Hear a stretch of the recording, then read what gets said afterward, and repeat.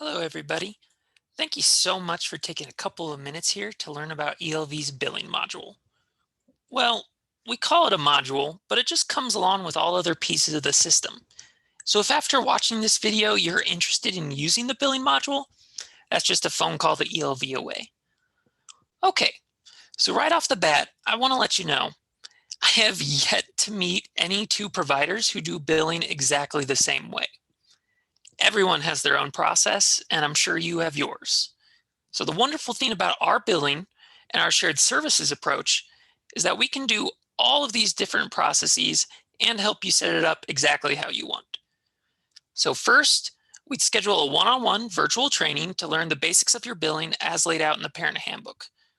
We ask stuff like, what day of the week or the month do you want bills to generate?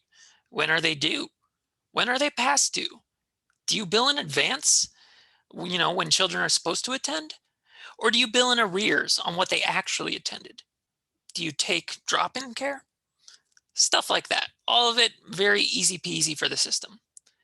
And there's deeper nuances too. Like you can see here, there's an option to have different families on different billing cycles. And for the parents on their app, parents can split which parent is paying for what and with what card. Or, hey, maybe you have a family that is continually late in picking up a child. That's one of the areas that I love to talk about. It's where the system can shine. So using the child's schedule that they have on file and their daily attendance that's being used with the system can automatically be calculating late pickup fees for you. So what we would do is we would turn on this extended hours auto billing. With it on, maybe we don't care if they're showing up early for early pickup, but they're supposed to be picked up at 5. And after 5, that is our time. So we'll say that every 5 minutes after that, every 20, what have you, it's an additional X amount of dollars. Maybe that differs if it's a newborn versus, a 2-year-old. The system also is going to be automating a whole bunch of messaging for you. So, if credit cards expiring, if payments due, if payments now past due, what do you want to say? How do you want that to go to the parent? Do you want it to go both to their text and their email? Do you not want to send it because you'd rather talk to them? Whatever you want. I'd also just like to mention that oftentimes parents say that the last place they pay by check is at their childcare. With us, parents can pay at home with our system. They can pay with credit, with debit, with ACH, which is, a bank-to-bank transaction. We would just set you up with Paya, Paya, if you wanted to get that installed. And if they still pay with cash or check, that's really easy to balance. We would just hop into the billing ledger, go to the individual that has a balance, and, add an entry. It was today, it was a payment, whatever we want for all this, save it, and it automatically balances it.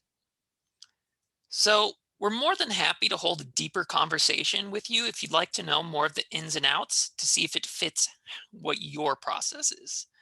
But to reduce it to the most basic thing, the system works off of one-time and recurring charges. So recurring charges, those are the foundational piece. That's like, hey, you can see right here. This child is full day, is before and after care 5 days a week. So they get that charge on their account.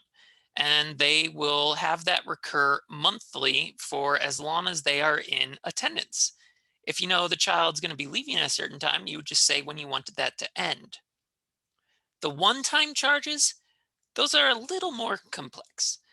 One-time charges are things that you might automatically be adding to a child, like that late pickup fee we talked about, or if the system notes that this is past due and you put in a calculation of how you want past due to be done.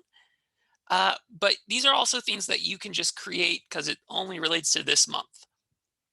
So, we could say that it is for this month, it is going to be, let's just say a summer camp fee. So how much is it? When do we want that to be charged? What do we want it to say to parents? And so that'll be just a one-time charge on the next bill.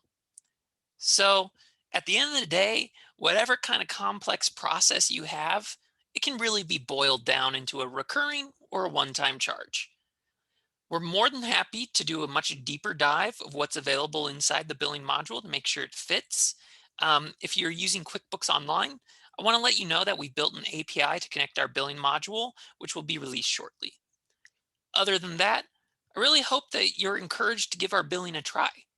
Our partners using it so far have reported higher collection rates, and it's something we really believe in. And again, it's just part of the system, so just let us know if you want us to turn it on.